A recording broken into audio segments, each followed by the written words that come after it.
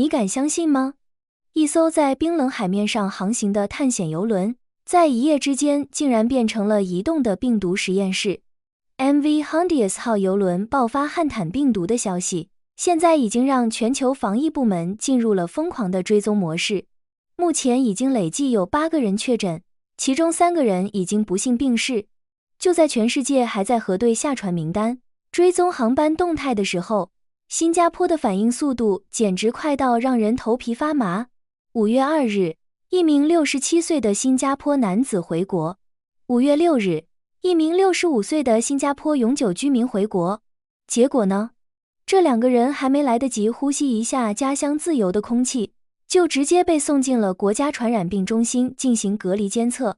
大家要搞清楚一个细节，这2名居民目前并不是确诊患者，他们只是在4月25日极其偶然的和后来的死者搭乘了同一班飞机。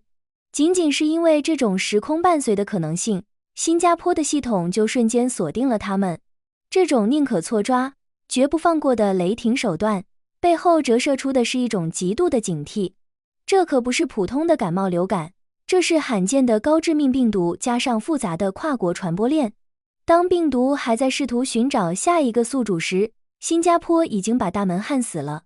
这种冲突感在于，当其他地方还在讨论要不要隔离时，新加坡已经完成了从发现到收治的全过程。很多人可能会问，不就是个病毒吗？至于这么大动干戈吗？听完汉坦病毒的底细，你可能就会明白为什么全球防疫专家都惊出一身冷汗。这种病毒通常藏在老鼠的尿液、粪便和唾液里，一旦人类通过呼吸或者接触被污染的空气和物体，就有可能中招。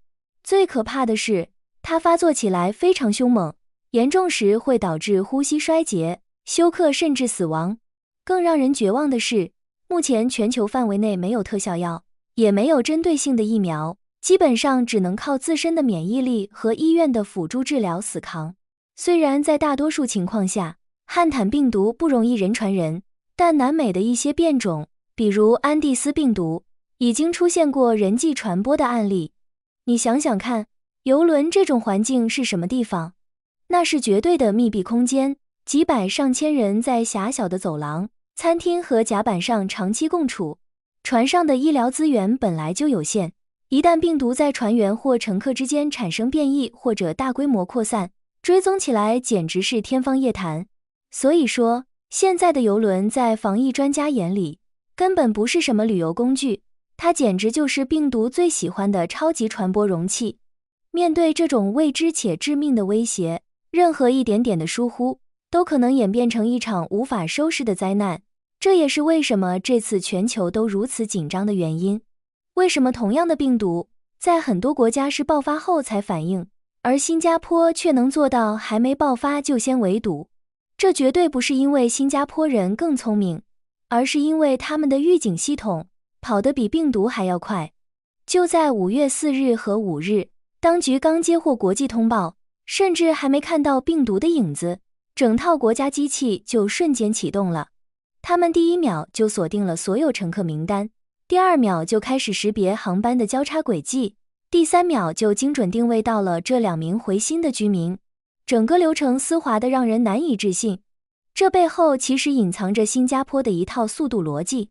新加坡作为一个高度依赖国际贸易和航空的城市国家，它的防疫优势来自于成熟的信息通报机制。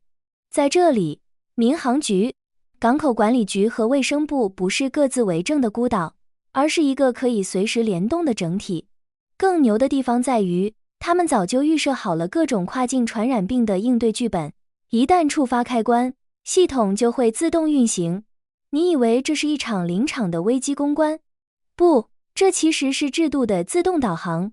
新加坡的防疫逻辑非常清晰，既然无法阻止病毒进入国境线，那就必须在病毒进入社区之前，用信息差和时间差把它截获。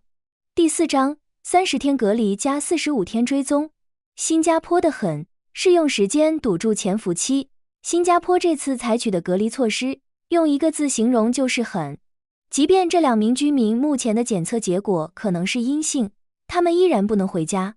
当局规定，他们必须从最后一次接触日开始，进行整整30天的隔离，而且在解除隔离前还要再测一次。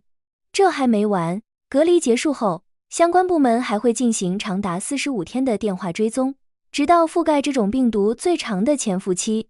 很多人可能会抱怨，这未免也太严苛了吧？为了一个可能根本没病的人，浪费这么多医疗资源和个人时间。但这正是新加坡最典型的防疫哲学，宁愿牺牲个体的便利，也要换取整个社会的绝对稳定。在这个国家看来，不确定性就是最大的敌人，而对付不确定性唯一的办法，就是把风险压缩到极致。他们在赌那1/1000的可能性不会发生，但万一发生了，也只能发生在医院的隔离病房里，而不是在挤满人的巴士或者地铁站。这就体现出了一种极度的理性和冷酷。在其他国家，防疫可能还需要靠一点运气和国民的自觉，但在新加坡，防疫完全就是靠流程、靠数据、靠这种近乎强迫症的时间追踪，把病毒传播的路径彻底堵死。如果我们深挖一层，你会发现新加坡防疫系统里最核心的武器，其实是那套令人望而生畏的接触者追踪系统。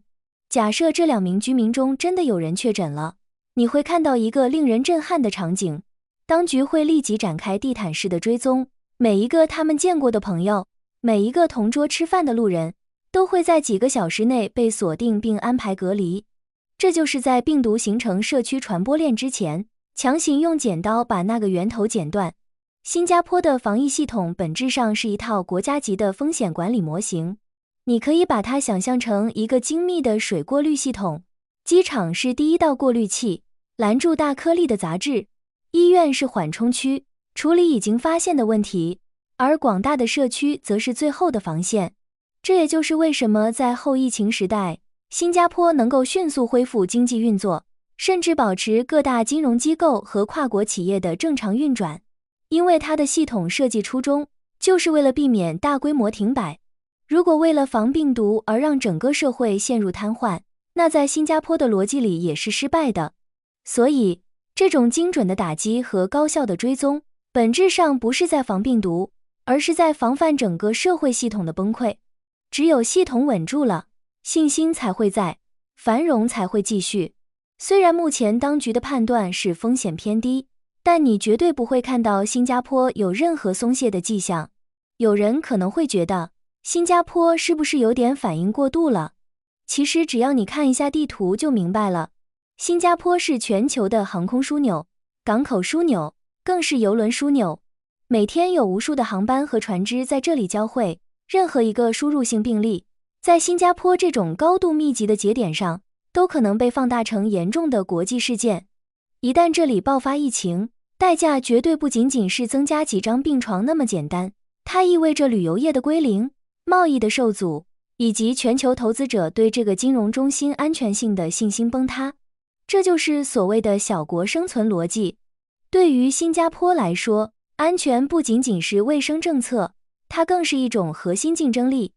安全就是信用，信用就是资本，有了这些，资本和人才才会源源不断地留下来。所以，面对汉坦病毒，新加坡必须展现出这种杀鸡用牛刀的姿态。这种严阵以待，其实是对国家安全最深沉的守护。